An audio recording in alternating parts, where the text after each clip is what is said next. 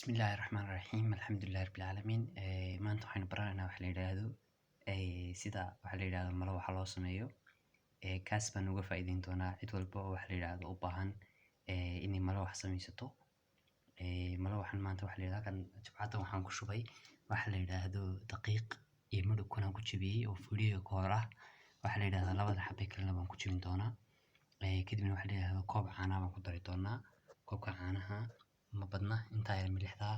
waxa la yiraahdaa koobkaas sonkorta oo koob weyn kala baraha jooga waxa la yiraahdaa kadibna koobkaas in ku shiidi doonaa kadibna waxa la yiraahdaa marka video waa idin sii socodsiinaya marka waxa la yiraahdaa intaan isku daro hadda waxa la yiraahdaa aan ku jibiyay kunti baan ku wada jibiyay hadda waxaan sameynayaa waxa la yiraahdo sonkorti baan ku darayaa sonkorta intaas aad ku shubsaa xogaa inaan ku yarbadiyaa muddo laakiin iska caadi waxa la yiraahdo is qabsan doontaa milixda ku badin miisaga inta in leeg baa ku darsaa caanihii baa yimaaday caanaha caana badan baa ku shubtaa jabcadan oo kale hadda haysato waqad ku haysanaysaa inta in leeg markaad samayso inta badan maynu intaas aan ku sameynaynaa waxa la yiraahdo intaan isku walaaqaya kadibna waan shiidanaa irsuga insha Allah